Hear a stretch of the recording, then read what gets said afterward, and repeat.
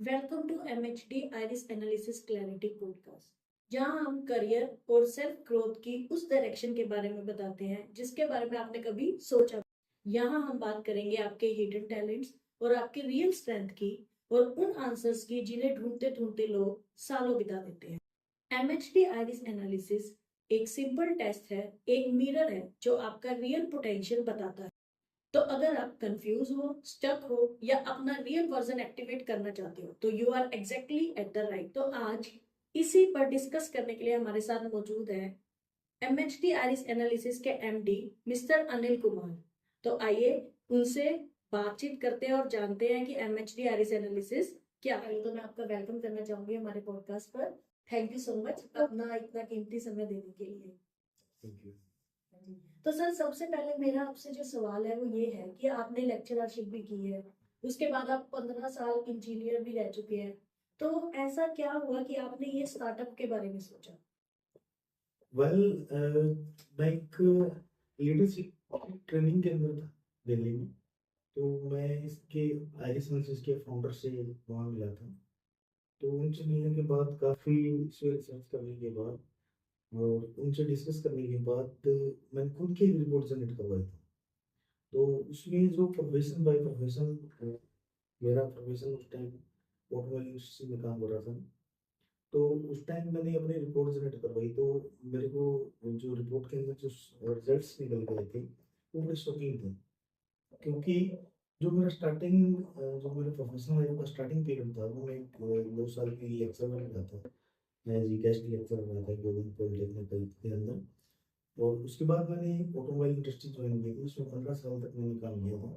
फिर मैं उन फाउंडर्स के साथ मिला था तो मेरी रिपोर्ट जनरेट करवाई। उसमें जो रिजल्ट आए थे वो देख के मैं शॉकिंग हुआ था। उसमें जो रिजल्ट्स थे वो मेरे मतलब वो बिल्कुल अगेंस्ट थे। मैं 15 साल जॉब भी कर चुका था। फिर जो रिजल्ट्स थे वो मेरे काउंसलिंग से रिलेटेड थे। मेरे को जो फील्ड चूज करना था, काउंसलिंग फील्ड चूज करना था।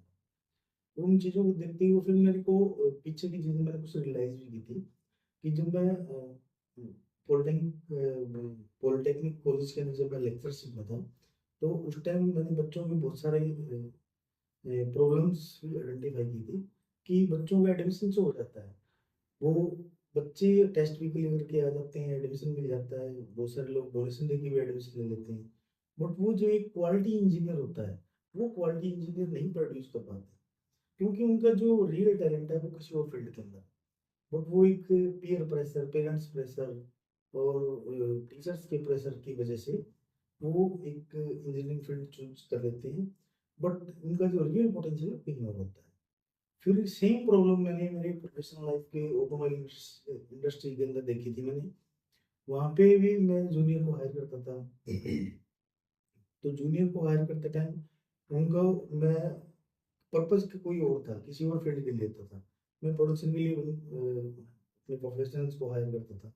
बट वहाँ पे उनका जो एक्चुअल पोटेंशियल होता था वो एक्स्ट्रा करिकुलर एक्टिविटीज के अंदर होता था, किसी और मार्केटिंग के लिए होता था, एचआर के लिए होता था। और वो जो मेरे को राइट कैंडिडेट उस टाइम मेरे को फिट नहीं हो पाते थे तो मैं कहीं ना कहीं डिसपॉइंट हो जाता था। तो फिर मैंने सारी चीज़ें ये मैंने रिमाइंड की थी जब मैं फाउंडर के साथ बैठा था। तो मेरे को लगा था कि ये जो आज की प्रॉब्लम है वो केवल बच्चों के साथ ही नहीं है, वो वर्किंग प्रोफेशनल्स के साथ भी है। वो किसी न किसी प्रेशर की वजह से अपना एक फील्ड तो चूज कर लेते हैं बट उनको अपना जो रियल फील्ड है, जो एक्चुअल उनका पोटेंशियल है वो चूज नहीं कर पाते हैं। बहुत सारे प्रोफेशनल ऐसे होते हैं जो जॉब एज इंजीनियर कर रहे हैं बट उनके मन के अंदर एक टीस रहती है कि हमें तो किसी और फील्ड में जाना था, कि मेरा तो पोटेंशियल ये था कि मैं एक सिंगर बनता, मैं एक क्रिकेटर बनता। बट वो एक्चुअल में काम इस उस इंजीनियरिंग लाइन में कर रहे हैं। वो जो एक क्वालिटी प्रोडक्ट जो चाहिए होता है वो नहीं मिल पाता। इसमें एमएचडी आरिस एनालिसिस कैसे हेल्प कर सकता है? मैंने आपकी सारी बात अभी अच्छे से सुनी कि ये करियर पोटेंशियल है, आपको डिसअपॉइंट रहे आप या जो भी था। बट अब इसमें इस यूथ की जो आज की सबसे बड़ी प्रॉब्लम है, तो इसको एमएचडी आरिस एनालिसिस कैसे सॉल्व करता है? तो बेसिकली आप अभी हमारे दर्शकों को ये बताइए कि एमएचडी आरिस एनालिसिस बेसिकली है क्या? हाँ, और मैं आपको ये बताना चाहूँगा, ज़रूर बताना चाहूँगा कि ये एमएचडी एनालिसिस एक अमेरिकन टेक्नोलॉजी है, जो कि हमारे आइरिस को स्कैन करके, जो हमारे आइज़ का जो कलर पार्ट है, उसको साइंस के अंदर हम आइरिस बोलते हैं। उस आइरिस को स्कैन करके एक ब्रेन की रिपोर्ट जनरेट होती है। उससे ये पता चलता है कि बच्चे का इनबॉर्न टैलेंट क्या है, किसी प्रोफेशनल का इनबॉर्न टैलेंट क्या है, वो किस फील्ड के लिए पैदा हुआ है। वो डॉक्टर बनेगा, इंजीनियर बनेगा, या फिर वो क्रिकेटर बनेगा। अगर बच्चा हमारा इस रिपोर्ट से ये भी पता चलेगा कि बच्चा हमारा अगर एकेडमिक में अच्छा नहीं है, तो वो प्रोफेशनल दूसरी लाइन में कौन सी लाइन में अच्छा है। हो सकता है वो स्पोर्ट्स लाइन में अच्छा हो, वो हॉर्स राइडिंग में अच्छा हो, शूटिंग में अच्छा हो। आजकल बड़े-बड़े शूटर हैं जो नेशनल लेवल पे इंटरनेशनल लेवल पे खेल के अपने गोल्ड मेडल लेके आ रहे हैं। तो कहने का मतलब ये है कि हम बच्चों को ऐसे कई बार पेरेंट्स ऐसे ट्रीट करते हैं कि हमारा बच्चा पढ़ाई-लिखाई में अच्छा नहीं है, तो वो कहीं किसी फील्ड में अच्छा नहीं है, तो वो कहीं कामयाब नहीं होगा, नहीं। तो उनको मैं सारे पेरेंट्स को ये बोलना चाहूँगा कि जितने भी पेरेंट्स हैं वो अपने जिन-जिन बच्चों के साथ ये प्रॉब्लम है कि पढ़ाई में अच्छे नहीं हैं, तो आप उनको बच्चों को डिमोटिवेट मत कीजिए।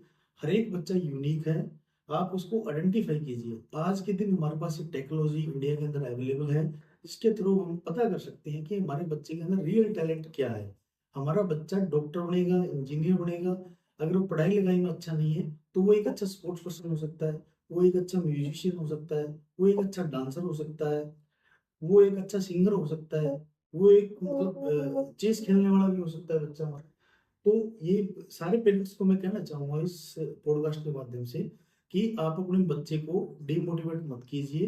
अगर वो पढ़ाई-लिखाई में अच्छा नहीं है, तो किसी न किसी फील्ड के अंदर बहुत अच्छा होगा। हर एक बच्चा यूनिक है, उसको बस एक आइडेंटिफ़ाई करने की ज़रूरत है और उसको जज करने की ज़रूरत है और राइट डायरेक्शन देने हाँ की। सर, ये टेक्नोलॉजी तो वाकई बहुत अच्छी है। बट अब मेरा क्वेश्चन जो अराइज हो रहा है वो ये है कि क्या ये रिपोर्ट सिर्फ बच्चों के लिए है या फिर इसको कोई भी जनरेट करा सकता है? ये रिपोर्ट अकेले बच्चों के लिए नहीं है, इसको वर्किंग प्रोफेशनल भी करवा सकता है। जिस बच्चे की एज 2 ईयर से अबव है, वो अपनी रिपोर्ट जनरेट करवा के अपने आप को आइडेंटिफ़ाई करवा सकता है। इस रिपोर्ट के अंदर वर्किंग प्रोफेशनल भी जा सकते हैं। वो भी अपनी वर्किंग प्रोफेशनल लाइफ़ की अपनी एक रिपोर्ट जनरेट करवा सकते हैं। उससे उनको राइट डायरेक्शन का भी पता चलेगा और उनके प्रेशर हैंडलिंग का लेवल पता चलेगा।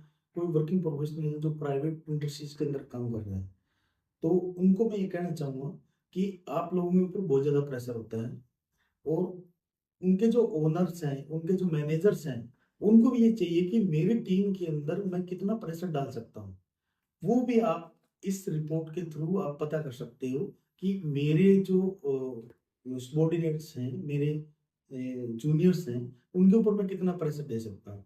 क्योंकि इस रिपोर्ट के अंदर आपका प्रेशर हैंडलिंग लेवल भी आता है कि आप कितना प्रेशर झेल सकते हो, आप कितने इमोशनल हो, आपका सीक्यू लेवल क्या है, आपका एक्यू लेवल क्या है, आपको कितने इमोशनली लोगों से अटैच होते हो, आप मार्केटिंग के लिए कितने एक्यूरेट हो, आप सेल्स के लिए कितने एक्यूरेट हो। ये सारी चीज़ें वर्किंग प्रोफेशनल को भी आप जा सकते इस रिपोर्ट के अंदर आप जान सकते एज लिमिट दी है वो आफ्टर 2 इयर्स दी है।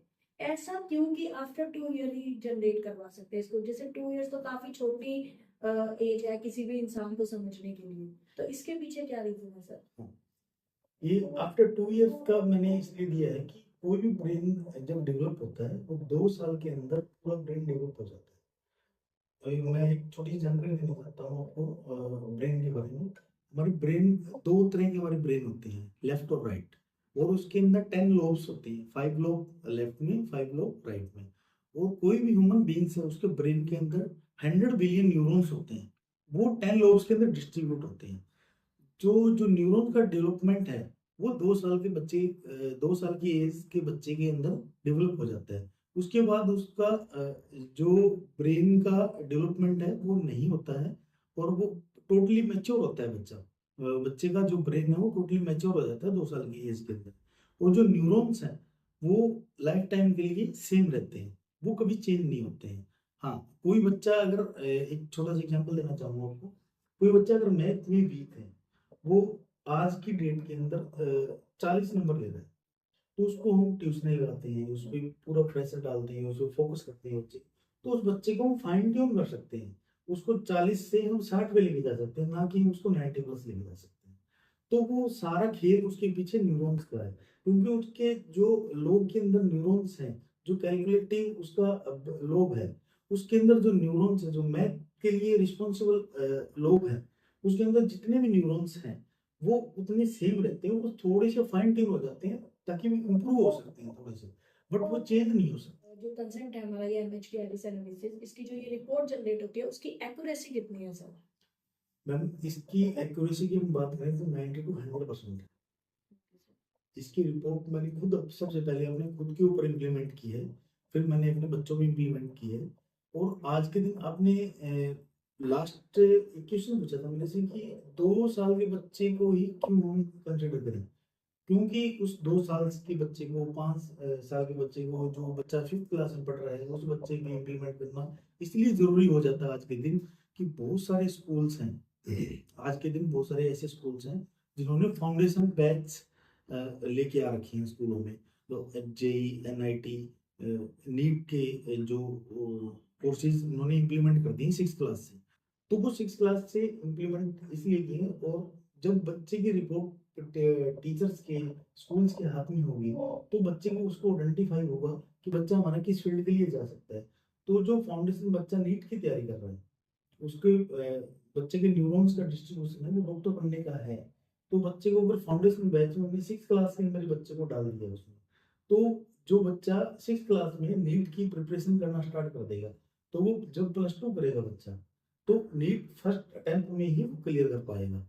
उसको फिर बाद में +2 के बाद सीकर, कोटा, चंडीगढ़, दिल्ली जाके वहाँ पे उसको एक्स्ट्रा क्लासेस लेने की या एक्स्ट्रा कोर्सेज लेने की जरूरत नहीं है। वो अपने इनलाइन जो क्लासेस चल रही है, उनकी इनलाइन क्लासेस के अंदर ही वो अपना एक टेस्ट क्लियर कर सकते हैं इजीली, विदाउट एनी प्रेशर। अभी हमने डिस्कस किया कि क्या है एमएचडी आईरिस एनालिसिस, तो क्या इसके लिए फिजिकल प्रेजेंस होना ही जरूरी है? क्या इसको हम ऑनलाइन भी कंडक्ट कर सकते हैं?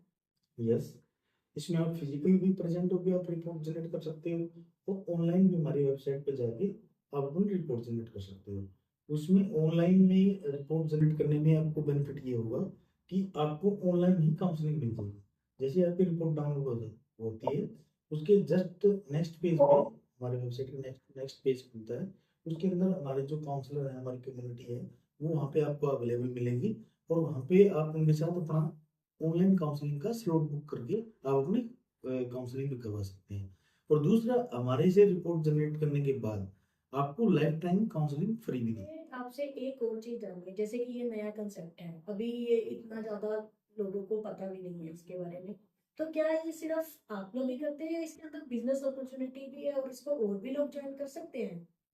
यस, इस बिजनेस से आप जुड़ सकते हैं। इसके कुछ कंडीशन है, उसके लिए आपको सबसे पहले मिनिमम आपकी जो एज है 25 ईयर होनी चाहिए। दूसरा, आपकी क्वालिफिकेशन ग्रेजुएशन, मिनिमम ग्रेजुएशन आपकी क्वालिफिकेशन होनी चाहिए। तो ये आप हमसे कॉन्टैक्ट करके आप फ्रेंचाइजी मॉडल्स लेके आप अपना इंडिविजुअली काम भी कर सकते हैं।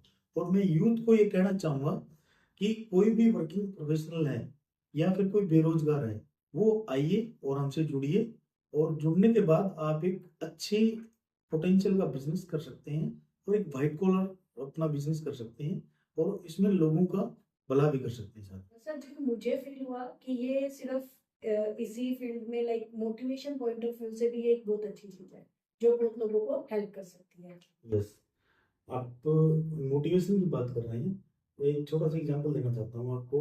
एक कोई 5th क्लास का बच्चा है, हाँ जी। उसको उसकी हमने रिपोर्ट जनरेट की, उस बच्चे का जो पोटेंशियल निकल गया है, उसके ब्रेन में न्यूरॉन्स का जो पोटेंशियल निकल के आ रहा है, वो आ रहा है, बच्चा हमारा डॉक्टर बन सकता है।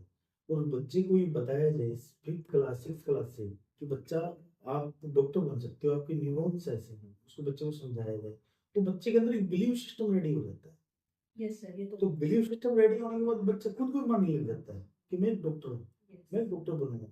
तो वो उसी डायरेक्शन में बच्चा उन्हीं चीजों से रिलेटेड चीजों को देखना, अगर सोशल मीडिया पे भी बच्चे आजकल बहुत ज्यादा एक्टिव रहते हैं, फिर टीवी पे बहुत एक्टिव रहते हैं, तो वो उन्हीं चीजों को, जो बच्चे के अंदर बिलीव सिस्टम रेडी हो जाता है कि मैं डॉक्टर बनूंगा, तो वो उन्हीं चीजों पर ज्यादा अट्रैक्ट होना स्टार्ट हो जाते हैं। तो जो एक डायलॉग है ना फिल्म का, कि जब हम किसी को दिल से चाहते हैं, तो पूरी कायनात भी उसको पूरा करने में लग जाती है। तो वो ये सच्ची बात है और आप इसको इम्प्लीमेंट करके देखिए, आप किसी चीज़ में बिलीव करना स्टार्ट कीजिए, तो वो आपको एक सक्सेस की एंड तक ले जाता है। यस। अब सर लास्ट में मैं आपसे सिर्फ एक चीज पूछना चाहूंगी कि आप एमएचडी आइरिस एनालिसिस को एक लाइन में कैसे डिफाइन करेंगे? मैं एमएचडी आइरिस एनालिसिस को एक लाइन में ऐसे डिफाइन करना चाहता हूँ कि एक क्लिक से आप अपने इनर पोटेंशियल को जानिए। Thank you so much. Thank you. आज के एपिसोड में हमने देखा कि क्लैरिटी कितनी पावरफुल होती है और एमएचडी आइरिस एनालिसिस आपको वही क्लैरिटी देता है जो आप डिजर्व करते हो। अगर आप अपनी नेचुरल एबिलिटीज और टैलेंट्स को जानना चाहते हो तो MHD iris analysis is your road map.